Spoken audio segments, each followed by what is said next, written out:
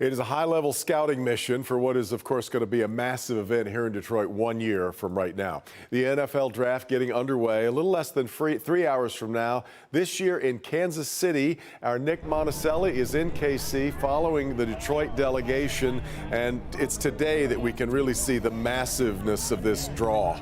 Nick. Not only can we see it, Devin, we can feel it because my feet have been on fire for the past 2 or 3 hours right now.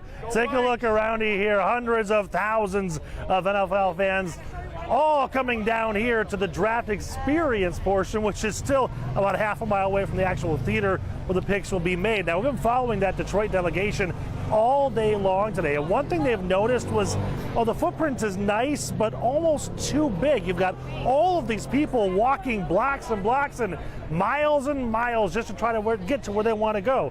So Detroit leaders are saying, we could probably do that one a little bit better. I cannot believe we're here in Kansas City. This is absolutely incredible. Summed up, the NFL draft is fun, yet massive. The Detroit delegation here quickly learning there are so many people and so many lines.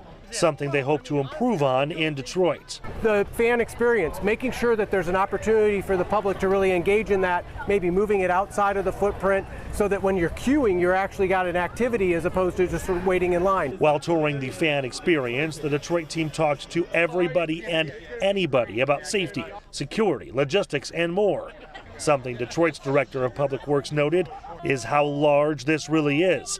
But the month-long build in Detroit can't close downtown, so they have now started talking to the NFL. They've been willing to commit to working with us to see if we can minimize, closing major corridors as long as possible. In Kansas City, everything is centered around the main stage and the fan experience, which is in a park. Detroit does not want to do that. Instead, starting in campus marshes and spreading out so local businesses see the impact. The restaurants and the hotels and everything that encompasses the downtown, that's already built in. Like around here, the only way you can do anything is through like the merchandise that's already set up in this park. We're actively looking at how we include our native Detroiters that have businesses. We want them to be able to reap the benefits of all the people coming in, not only just for the draft, but to show them everything that Detroit has.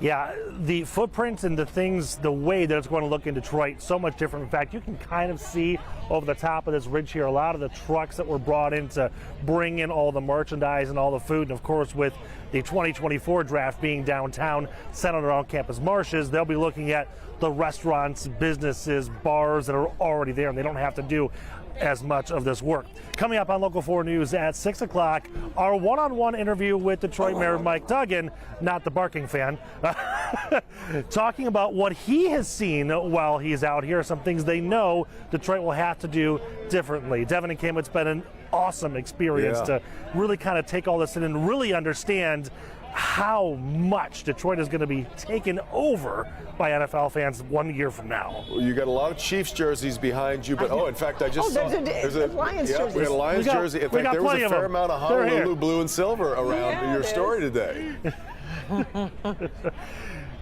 Not only are they talking about the fact they love being here, but they're talking about the fact they think that this is Detroit's year, too. So it's a twofer right now. That's exactly right. We're excited. 2 picks in the top 18 tonight go to the Lions, unless there's a trade. We'll see what happens, but that's part of the fun, too. All right, Nick, we'll see you again at 6 o'clock.